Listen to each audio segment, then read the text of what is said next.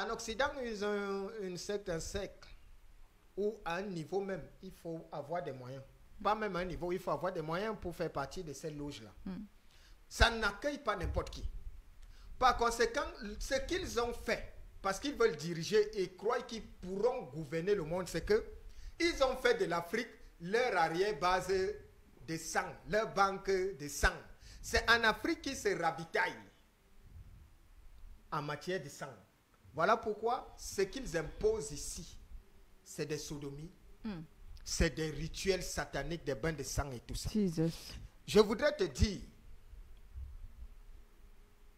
tous ceux qui sont au service de Dieu sont dangereux. Mais le problème est que, de un, les hommes n'y croient plus. La foi n'y est pas. Vous qui m'écoutez là, quand tu demandes à quelqu'un, est-ce que tu crois en Dieu? Tout le monde répond toujours par l'affirmative, oui, je crois en Dieu. Mais sachez qu'on ne dit pas qu'on croit en Dieu. Pourquoi? Parce que si tu crois en Dieu, Dieu montre aux hommes que tu crois en lui. Si tu crois réellement en Dieu, c'est à Dieu de démontrer par la bénédiction qu'il met dans ta vie. Il y a beaucoup qui sont venus te dire que, écoute, il y a des esprits. Les esprits sont réels. Oui, tout à fait. Quand tu te retrouves dans la maladie, on te dit, non, c'est des esprits de maladie. Quand tu te retrouves dans la limitation, on te dit c'est des esprits de limitation. Quand tu te trouves dans la stagnation, quand tu te trouves dans la pauvreté, on te dit c'est des esprits. Non, mais ce n'est pas des esprits, c'est des conséquences. Si toi, tu pries Dieu et tu es dans le manque, ça veut dire que soit tu es en préparation, soit tu ne sers pas Dieu. Pourquoi les hommes aujourd'hui sont plus tournés vers le prophétique, vers la religion? Ça dérange, mais il faudrait expliquer. Parce que quand je viens ici, je n'ai même pas encore entamé, je ne fais que vous le dire, le 1/10 de ce qu'il faut entrer dans le vif du sujet. Je ne suis même pas encore entré pour l'enseignement. Je préfère d'abord que nous nous comprenions et que nous sachions là où on va. Prime abord, la religion. La religion, le dogme, qui te dit, ok, quand tu vas à gauche, tu trouveras d'aucuns qui te parlent de ceci. Nous méditons tous la parole de Dieu, d'accord? Mais pourquoi il y a une divergence d'opinion? Pourquoi les hommes de Dieu s'entretuent et s'entredéchirent aujourd'hui? Pourquoi c'est que d'aucuns disent que notre enseignement, c'est comme ça? Pourquoi? Tout simplement parce que c'est des conflits d'intérêts. C'est l'œuvre des hommes, ce n'est pas de Dieu. Et les hommes aussi aujourd'hui sont entrés dans ce jeu, dans cette manipulation, de telle en sorte qu'ils sont prêts à suivre bec et ongles ou yeux fermés leur religion. Ne touche pas à la religion des uns des autres. Voilà pourquoi lorsque tu vas dire à quelqu'un, mais vous pratiquez, tu dis que tu lis la Bible, mais ce que vous faites là est contraire à ce que la Bible dit. Non, il préfère te dire, mieux, mais je préfère être là où je me sens à l'aise. Être à l'aise, c'est accepter la vérité. Vous connaîtrez la vérité et la vérité vous affranchira. Alors la question que je viens de te poser aujourd'hui, c'est que est-ce que c'est normal pour un enfant de Dieu d'être livré à la précarité? Est-ce que c'est normal pour un enfant de Dieu d'être livré à la misère? Est-ce que c'est normal pour un enfant de Dieu d'être livré à l'échec? Autant de questions. Il y a des gens qui n'arrivent pas à dormir. Quand la nuit tombe comme ça, là, c'est les soucis. Quand la nuit tombe comme ça, là, c'est des réflexions. Parce qu'il y a tellement de problèmes. Il y a des gens qui sont victimes d'esprits qui se baladent ici. C'est des gens, tantôt, tu entends, c'est des couches de nuit. C'est des gens qui ne rêvent, qui oublient même ou qui se retrouvent manipulés dans des rêves ici ou ça. Alors, je voudrais te dire que si tout cela t'arrive, c'est parce que tu n'es établi nulle part. On ne joue pas avec un enfant de Dieu. Je ne cesse de vous le dire. On ne peut jouer avec un enfant de Dieu. Pourquoi est-ce qu'aujourd'hui, je n'arrive pas à prospérer?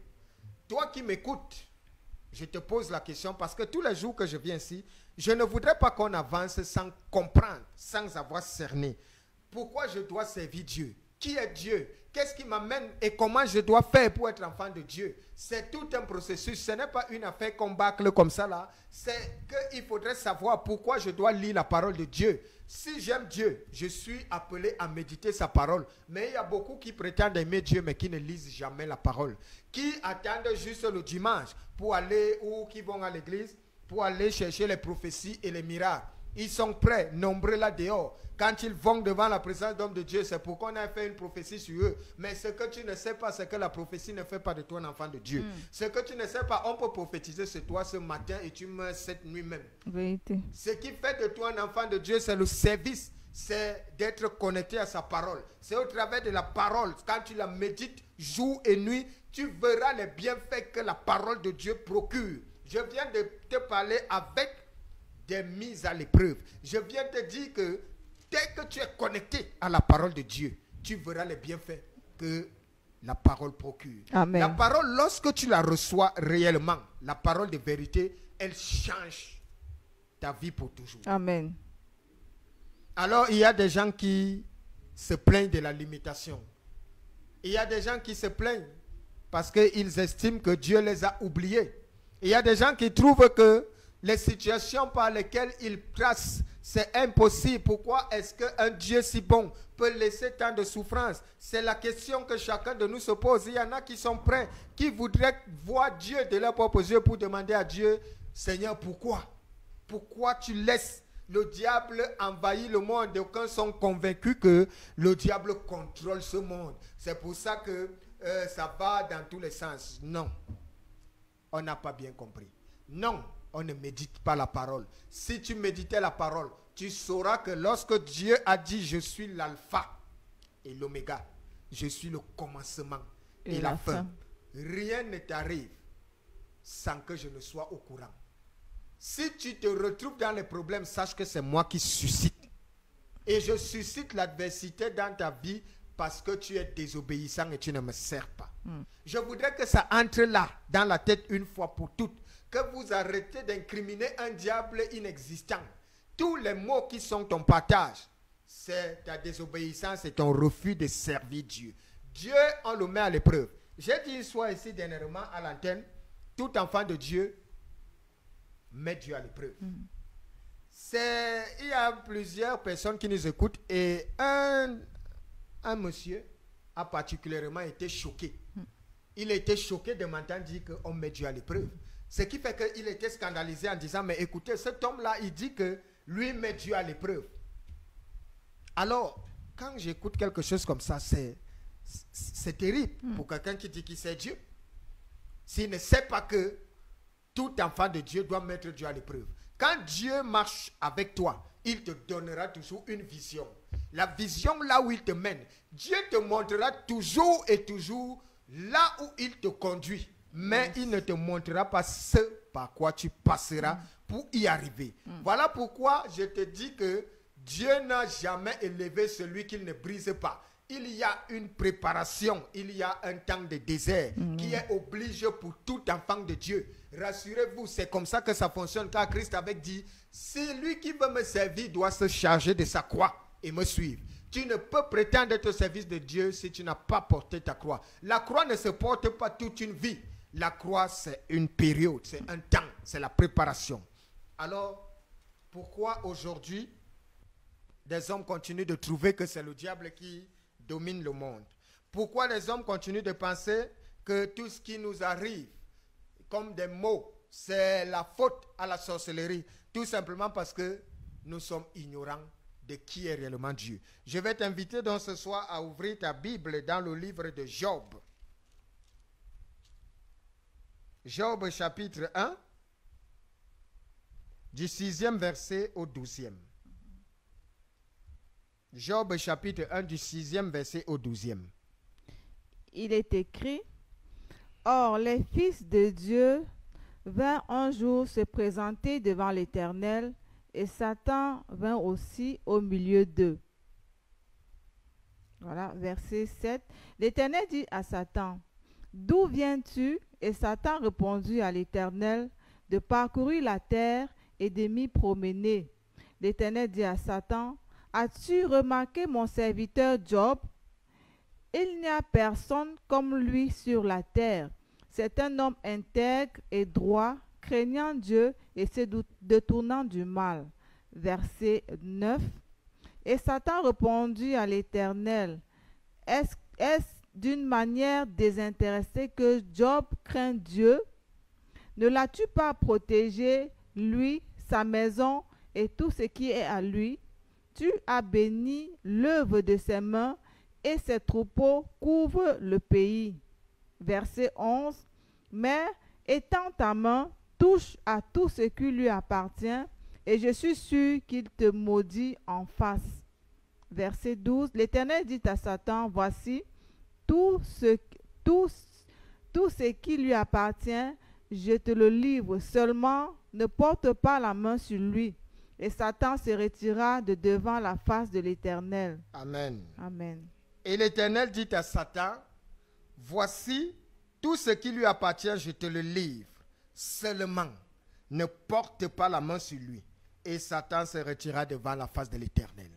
Bien-aimé, toi qui es au bout du suicide, toi qui es en train de m'écouter, qui a les larmes aux yeux, toi qui es déboussolé, toi qui es abasourdi, toi qui es fatigué, alors je te présente Job.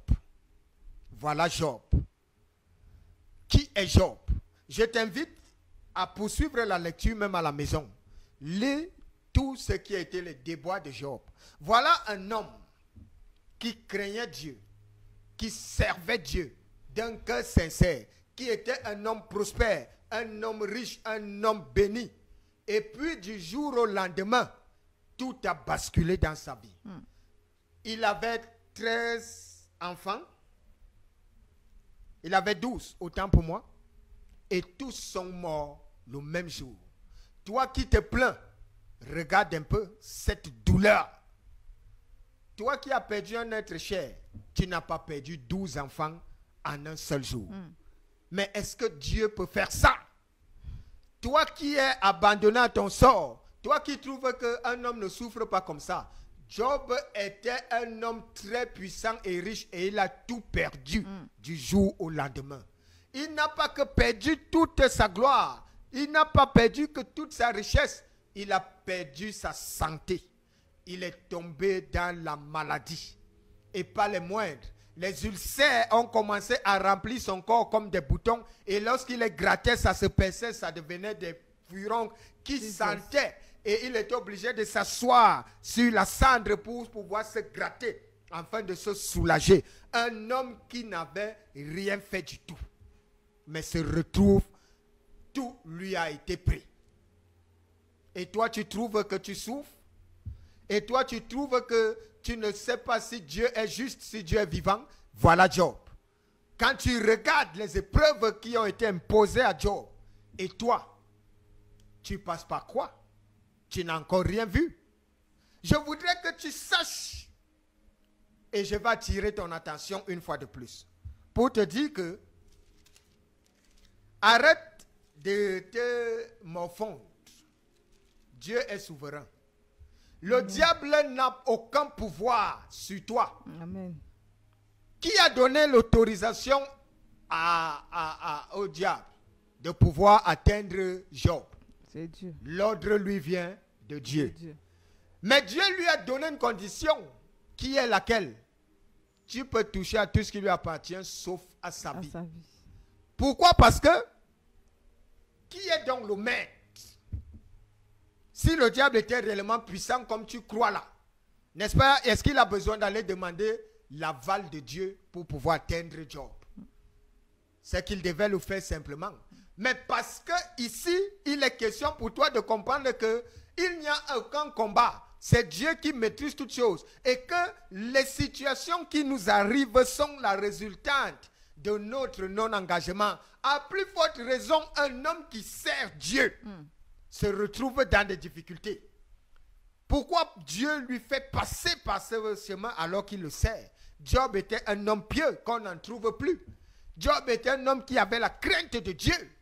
Mais cependant, tout lui a été pris. Et c'est pour ça que je t'invite à continuer la lecture. Parce que toi qui souffres aujourd'hui, si tu n'as jamais connu ce que c'est que la prospérité, Si tu n'as jamais connu ce que c'est que l'abondance et que du jour au lendemain, tu es toujours dans une vie moyenne, c'est gérable, hein? C'est très gérable ce par quoi tu passes parce que tu n'as jamais été dans un standing. Mais c'est difficile pour quelqu'un qui a connu une certaine vie, un certain standing, de se retrouver du jour au lendemain à ne rien avoir. C'est très compliqué. Job était riche, il a tout perdu. Qu'est-ce qu'il a fait? A-t-il perdu la tête? Est-ce que vous pensez que Job ne pleurait pas de douleur? Est-ce que vous pensez que Job n'était pas triste? Est-ce que vous pensez que c'était facile pour Job? C'était tellement dur. Parce qu'un homme ne peut pas subir ça. Mais Job l'a subi. Et toi, ce par quoi tu passes actuellement, tu trouves et tu estimes que tu souffres beaucoup. Parce que tu as dormi affamé aujourd'hui, tu commences à remettre la notoriété de Dieu en question. Parce que tu te retrouves devant une petite situation, tu commences à te remettre en question la toute-puissance de Dieu. Parce que tu es en train de traverser un désert, tu te retrouves à douter de la présence de Dieu. Et tu estimes que tu es un enfant de Dieu et tu estimes qu'un homme ne souffre pas comme ça. Alors je te présente Job. Si c'est moi, c'est difficile. Je ne sais pas si je pourrais. Job a tenu ferme. Lorsque tu entends que Job a tenu ferme, tu te dis que tout ce qui lui arrivait là, il perd ses 12 enfants d'un coup. Tu penses qu'il a fait comment? Il s'est levé là, applaudi, il a dit Dieu est merveilleux. C'était douloureux. C'était difficile. Quel homme peut vivre avec ça? Mais Job a vécu avec cette amertume et il pleurait tous les jours. Mais la seule chose, c'est que Job a été persévérant au milieu de toutes ces épreuves. Amen. Pourquoi? Parce qu'il a dit, la gloire revient à Dieu. C'est Dieu qui donne et c'est Dieu qui prend. S'il a décidé de reprendre ce qu'il m'a donné, à lui soit la gloire, mais il a pleuré de douleur et de souffrance parce que ça fait mal. Et pendant que toi qui m'écoutes, tu te retrouves dans des situations compliquées, tu es dans le chômage, tu es dans la limitation, tu es dans le célibat, tu es dans la maladie, tu te mets à remettre la puissance de Dieu en question. Sache que Dieu, pour te lever, il te brisera toujours. Sache que tout enfant de Dieu doit connaître une période de désert. À ce moment précis, tout le monde a abandonné Job. Tout le monde a trouvé que si Job souffrait, c'est parce qu'il avait été rebelle. Tout le monde trouvera toujours que les situations par lesquelles Dieu est en train de t'obliger à passer, c'est que tu as péché. Et donc, quand vont commencer même à venir te dire, il faut te confesser. Ouvre ta bouche pour parler de tout le mal que tu as fait, sans savoir que c'est la préparation de Dieu. Et la préparation fait mal. Vérité. Dans la préparation, tu seras toujours humilié. Alors, quel est le problème de toi qui m'écoutes? Toi qui m'écoutes, je t'appelle au défi, je t'appelle à la lumière, je t'appelle au service de Dieu. C'est quoi ton problème? Je mets mon Dieu à l'épreuve. Yes. Quelle que soit la nature de ton problème, je te dis, je mets mon Dieu à l'épreuve. Amen. Je te connecte à la parole et je ne cesse de le dire. Quelle est la nature du problème qui t'empêche de dormir? Ne cherche plus les miracles. Ne cherche plus les prophéties. Toi-même, tu es un miracle. Quand Job s'est retrouvé dans les problèmes, qu'est-ce qu'il a fait? Il a persévéré. Persévérer ici signifie que Job, quand des gens venaient, il riait, disait non, écoutez, non, c'était douloureux. Et beaucoup, même quand ses amis sont venus lui rendre visite, ils lui ont dit, non, c'est le châtiment de Dieu. Tu as dû faire quelque chose, c'est pour ça. Mais Job, avec sa conscience, il a dit, je n'ai rien fait, je suis innocent. Je ne sais pas pourquoi le Seigneur m'impose ça, mais je sais une chose, je suis innocent. Et s'il faille que je meure, je mourrai en disant toujours, je suis innocent. Je n'ai rien fait. Mais j'accepte. C'est la décision de Dieu. Mais j'accepte parce que je sais que Dieu est puissant. Amen. Je sais que Dieu est au contrôle. S'il a décidé de me ridiculiser, j'accepte ces ridicules. S'il a décidé de me laisser dans la maladie, je n'ai rien fait. J'accepte cette épreuve. S'il a décidé de me laisser à la honte, j'accepte, mais je n'ai rien fait. Est-ce que tu es à mesure de le dire? Est-ce que tu as mesure de lever les yeux vers Dieu et lui dire, j'accepte ce par quoi tu me fais passer. J'accepte parce que je sais que tu es Dieu. J'accepte parce que je sais que comme tu m'as pris mes enfants, à n'importe quel moment tu peux me les rendre.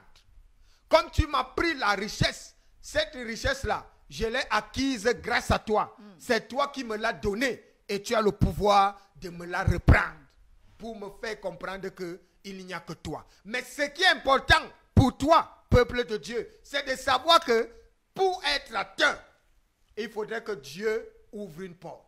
Amen. C'est Dieu qui a livré Job Oui. à ses ennemis. Oui. Aucun diable n'a pu, par son propre chef, atteindre Job.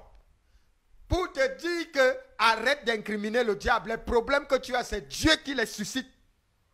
Quand tu te retrouves dans des difficultés, Dieu a ouvert une porte pour que tes ennemis puissent t'atteindre. Et c'est ça le message que je voudrais que tu comprennes. Que tu arrêtes de prêter une force, un pouvoir à un diable qui n'en a pas.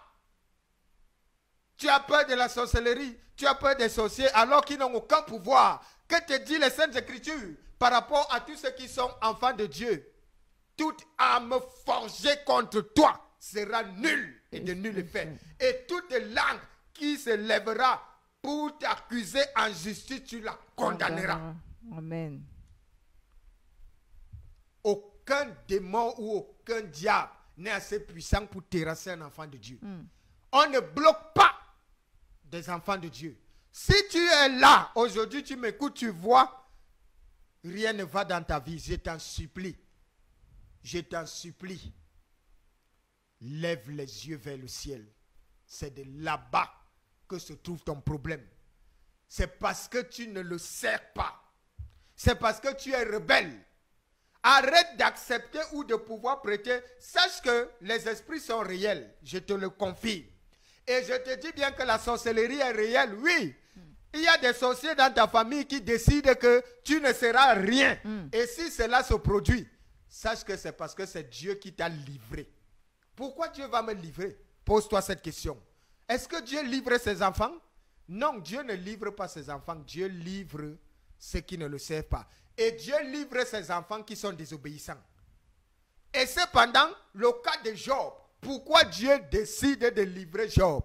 Ce n'est pas pour détruire Job, hein? Attention. C'était pour faire connaître à toi qui m'écoutes aujourd'hui qu'il n'y a aucun combat entre Dieu et le diable. C'est lui qui contrôle toutes choses. C'est une réponse définitive pour ceux qui s'imaginent que le diable a le pouvoir de faire ce qu'il veut dans ce monde. Pourquoi vient-il demander l'aval de Dieu pour pouvoir atteindre Job? Et quelle est la condition, quelle est l'injonction que Dieu lui donne? Tu peux toucher à tout, mais sa vie, tu ne le touches pas. Parce que ta vie est entre les mains de Dieu. Parce que quand tu te retrouves atteint, c'est que Dieu t'a livré. Quand tu te retrouves être atteint, c'est que Dieu t'a tourné le dos. C'est ce que je voudrais que tu comprennes. Que quelle que soit la nature des problèmes qui sont ton partage, généralement, lorsque tu es fatigué, je t'invite à bien méditer Job. Continue cette lecture, tu vas te rendre compte de la douleur qui a été le partage de Job. Aujourd'hui, on parle d'Abraham comme le père de la foi. Mais lorsque tu regardes entre Job et Abraham, c'est Job qui devrait normalement être le père de la foi. Parce que les épreuves que Job a eues, Abraham ne les a pas eues. Mais Abraham, pourquoi Abraham est le père de la foi? Abraham, la différence avec Job, c'est que Abraham, lui, il a cru en quelque chose qui n'existait pas. Il a fait confiance à Dieu sans connaître. Ça veut dire qu'il a fait aveuglement confiance à Dieu. Et c'est pour cela que cela lui fut imputé à justice. Il a cru à l'appel de Dieu. Rien n'était certain. Dieu lui a dit, je suis le Dieu, quitte ton père et je vais te rendre 2 fois. Pas prospère 2 fois parce qu'Abraham était déjà prospère. La prospérité, c'était que je ferais, c'est à partir de toi que je bâtirai mon peuple qui est Israël.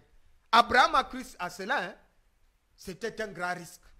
Mais Job maintenant, lui, il croit Parce qu'il sait qu'il y a le Dieu d'Abraham d'abord qui s'est manifesté et il a vu les bienfaits et entendu les bienfaits de ce Dieu-là. C'est pour ça qu'il ne peut pas être taxé comme père de la foi. Mais sinon, Job a connu des moments difficiles que je ne souhaite à personne.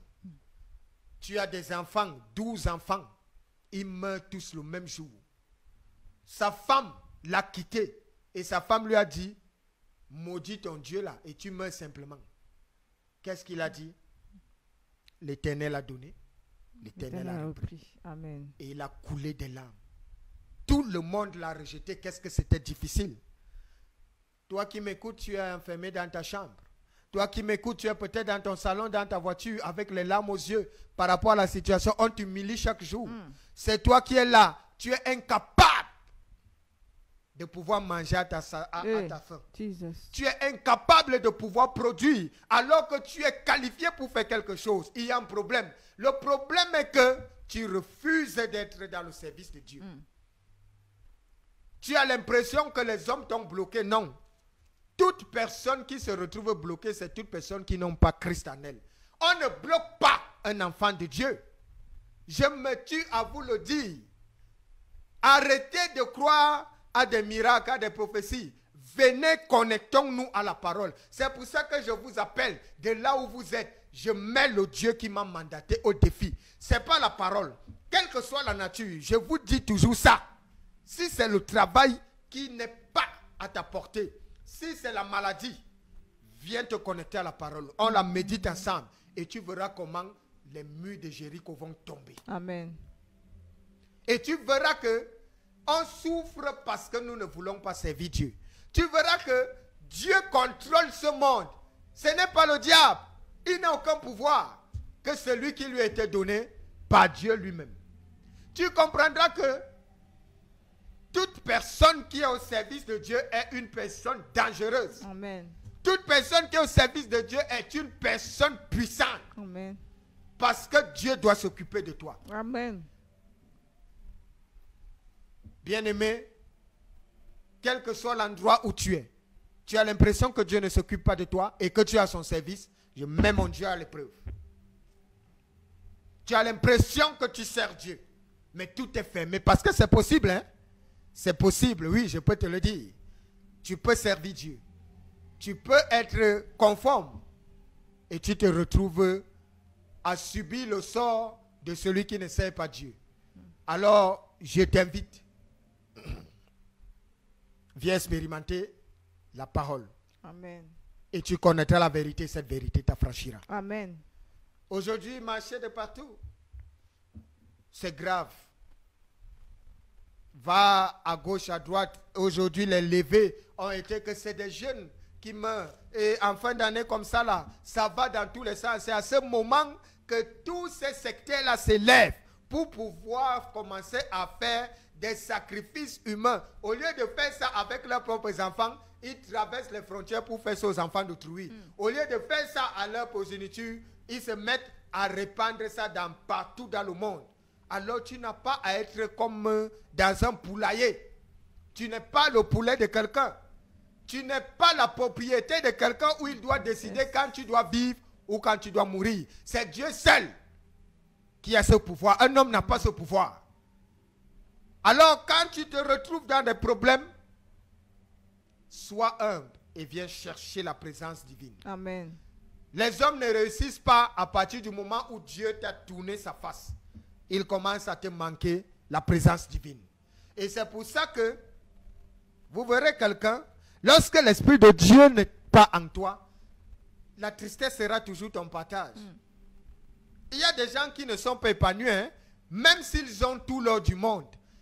C'est pour ça qu'on vous dit que quand Jésus est quelque part, la première chose qu'il apporte, c'est la joie. Ton esprit sera toujours en joie. Parce que quand vous entendez que quelqu'un est malade, il est couché, c'est lorsque l'esprit est affaibli. Généralement, ça passe souvent d'un fait, les soucis. Tu commences à penser, tu commences à réfléchir et ton esprit se met à s'affaiblir, ça commence à empoisonner ta chair. Et tu te retrouves avec des maladies. Et tu te dis, je ne sais pas pourquoi je suis malade. Il y a des gens même qui ont l'argent, mais qui ne sont pas épanouis. ils sont tristes. Pourquoi? Parce que il n'y a que Jésus qui apporte la joie et la paix. Amen. Oh. Voilà pourquoi lorsque quelqu'un, même quand il passe par le désert, à partir du moment où l'Esprit Saint est en lui, cette personne, vous ne saurez jamais quand tout va bien ou quand tout va mal. Parce que qu'il est, qu'il n'est pas, il sera toujours dans la joie. Amen. Qu'il soit, quelle que soit la nature, il sera toujours en paix. Parce qu'il aura la paix intérieure. Et cette paix intérieure vient à partir du moment où le Saint-Esprit le rassure que du courage, tout ceci aura une fin bientôt. Tout ceci va s'arrêter d'un moment à l'autre. Et après ça, tu dois connaître le bonheur. Et le bonheur est agréable lorsque c'est Dieu qui te le donne. Amen. La réussite, c'est d'avoir Jésus. Arrêtez de continuer à prêter un flanc à la sorcellerie. Arrêtez de continuer à aller chercher les onctions. Comme j'entends, non, il y a l'onction de ceci, il y a l'onction de cela, il me faut l'onction. Des gens vont à l'église maintenant pour se placer et attendre. Tout cela, c'est quoi? C'est quoi ton problème? Tu es même malade dans ta tête là. Alors je voudrais te dire, bien-aimé,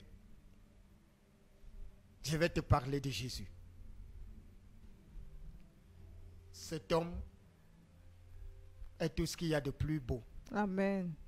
Cet homme est tout ce qu'il y a de plus doux. Vérité.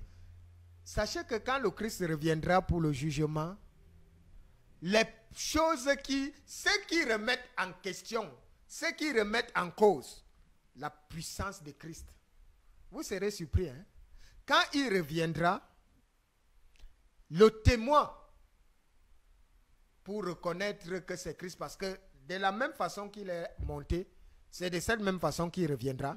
Le témoin qui sera le premier signe pour la reconnaissance que c'est Christ, ce sont les marques de la crucifixion. Parce que ces marques sont encore présentes sur ses mains. C'est à partir de là qu'il faudrait que nous sachions si c'est lui ou pas.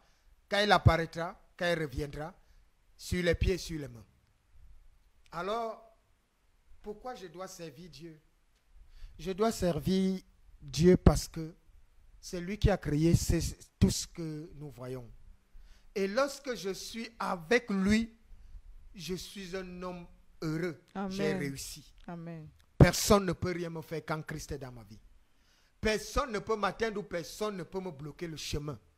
Parce que chaque fois que quelqu'un va vouloir se lever, toute arme forgée contre moi sera sans effet. Pendant que toi tu as peur, qu'on va aller, on est parti avec ton oncle chez le marabout, qu'on aille avec ton oncle chez le marabout, qu'on prenne ta photo, on mette dans la bouteille, on va jeter dans le vouri, dans la mer, pour dire que tu ne seras jamais rien.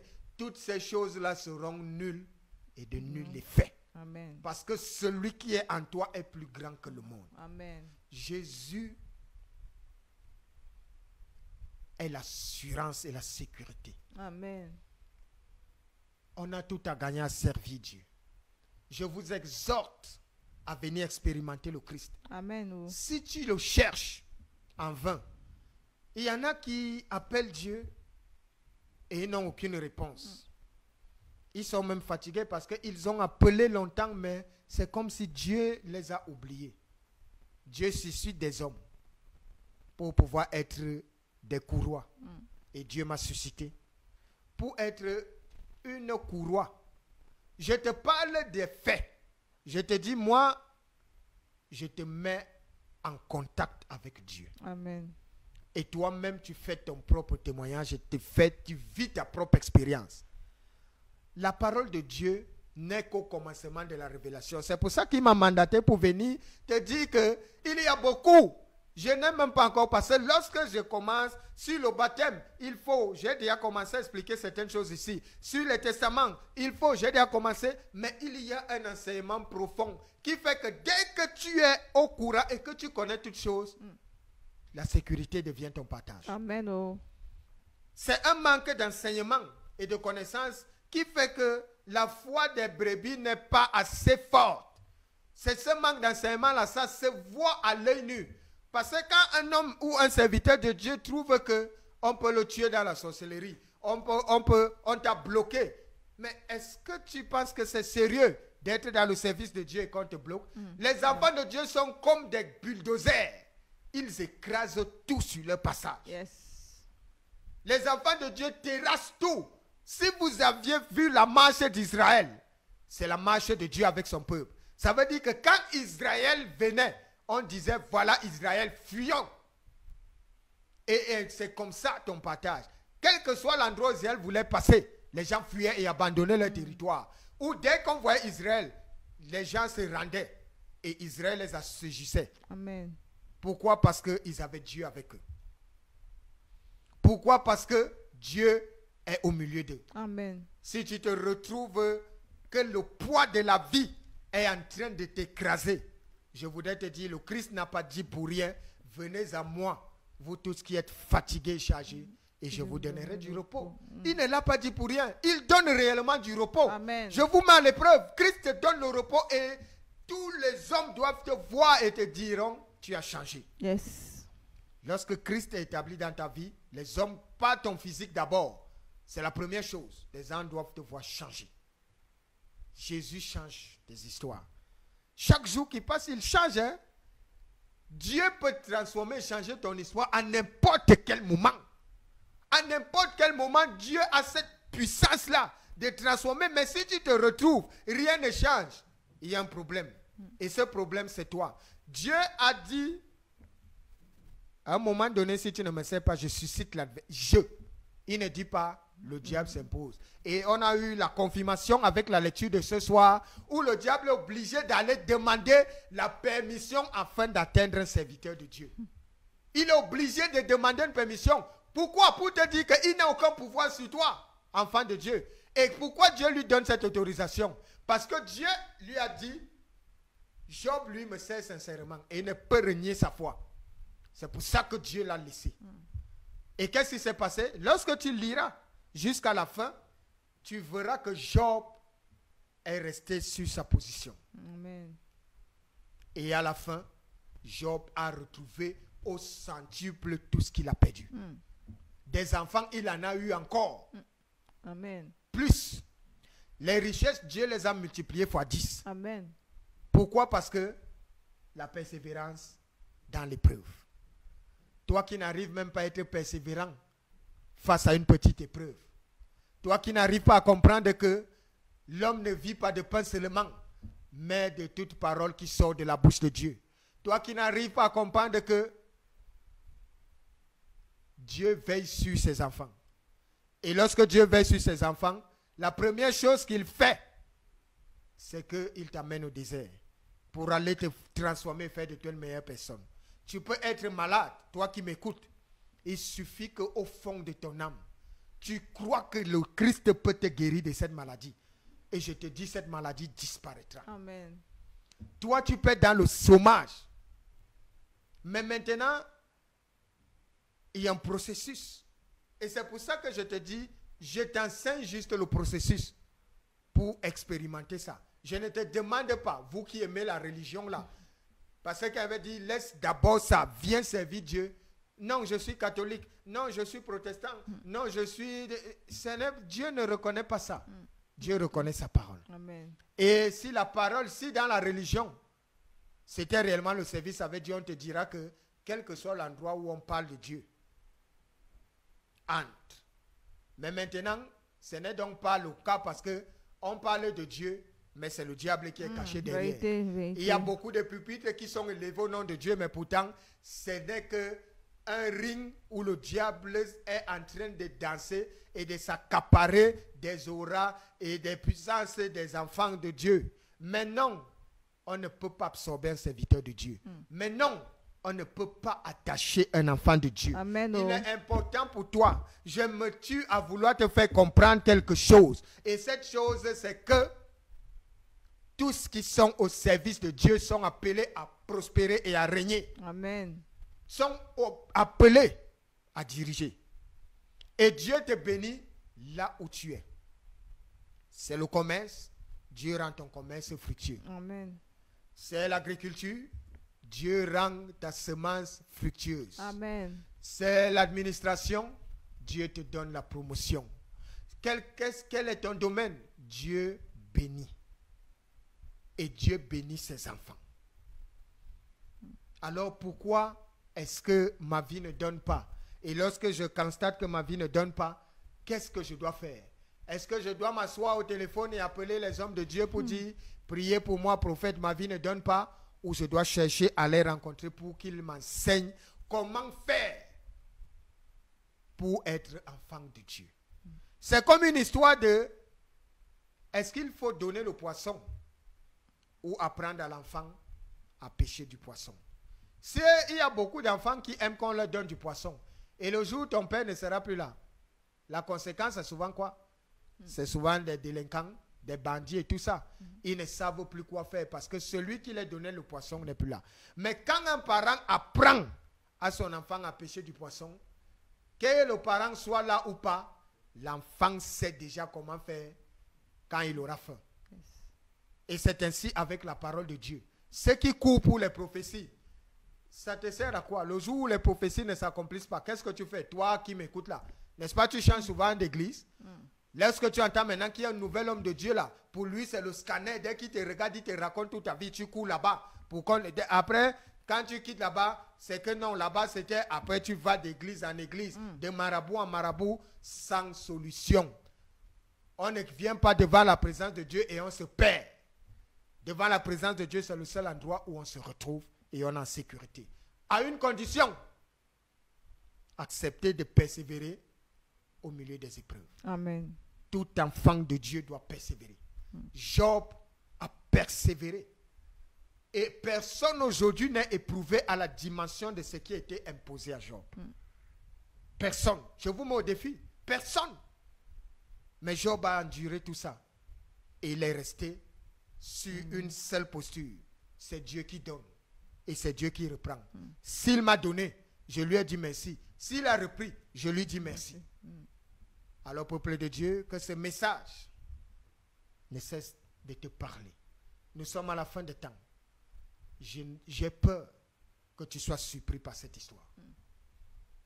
Amen. Amen. Amen. Amen. Merci, prophète, pour ce message. Persévérer pendant l'épreuve. Nous espérons que vous avez eu à comprendre beaucoup de choses. Beaucoup de choses ont été dites ce soir et peut-être, j'espère que vous aviez eu un bic et un cahier pour élever parce que parfois les paroles s'envolent mais les écrits restent. Voilà, donc de temps en temps, n'oubliez pas de prendre un stylo, un papier pour élever, ça va vous aider. Le prophète a tellement parlé ce soir et nous espérons que des familles dans le monde entier ont été bénies par ce message, prophète. Effectivement, parce que la parole de Dieu, je vous dis une vérité. Lorsque vous la méditez, ça vous donne la sécurité et l'assurance. Amen. Ça vous rassure. Amen. Malgré que tout va mal, lorsque tu te mets à méditer la parole, non seulement elle commence à te donner l'espoir, mais elle te montre ce qui se produira si tu es persévérant. Amen. Et le Christ nous a encouragés à être persévérants. C'est pour ça qu'il nous disait toujours, veillez et priez, car vous ne savez ni le jour, ni l'heure. Persévérez toujours. À la fin de toute persévérance, il y a une couronne de gloire. Amen. Et ne rate pas ta couronne de gloire. On persévère, quelles que soient les situations, les problèmes. On a dit Job, c'est quelqu'un qui a aimé Dieu malgré les épreuves. Il n'a jamais régné Dieu, il n'a pas régné Dieu, il n'a pas maudit Dieu. Il s'est plutôt lamenté en fait, par rapport à son jour de naissance. Il s'est plaint. Il s'est plaint de Dieu. Mais il s'est plaint à Dieu, autant pour moi, mais il ne s'est pas plaint de Dieu. Il s'est plaint à Dieu en expliquant à Dieu que je sais que je suis innocent. Si tu as décidé de me châtier, j'accepte ça, mais je voudrais que tu saches que je suis innocent. Le mot, le prophète pouvait l'appeler après l'émission 691 62 98 33, 691 62 98 33, 675 48 13 79, 675 48 13 79. On se retrouve samedi déjà pour la cellule de prière. Pour la prière où nous communions tous ensemble. Je vous invite, nous sommes toujours là pour inviter. Et ici, nous ne faisons pas l'apogée des miracles qui se passent. Non, venez qu'on médite la parole ensemble et nous-mêmes, nous serons nos propres miracles. Quant aux autres, on se retrouve jeudi prochain lorsqu'il sera 20h pour notre émission La Révélation de Christ. Que le Seigneur vous bénisse. Bye bye. Bye bye.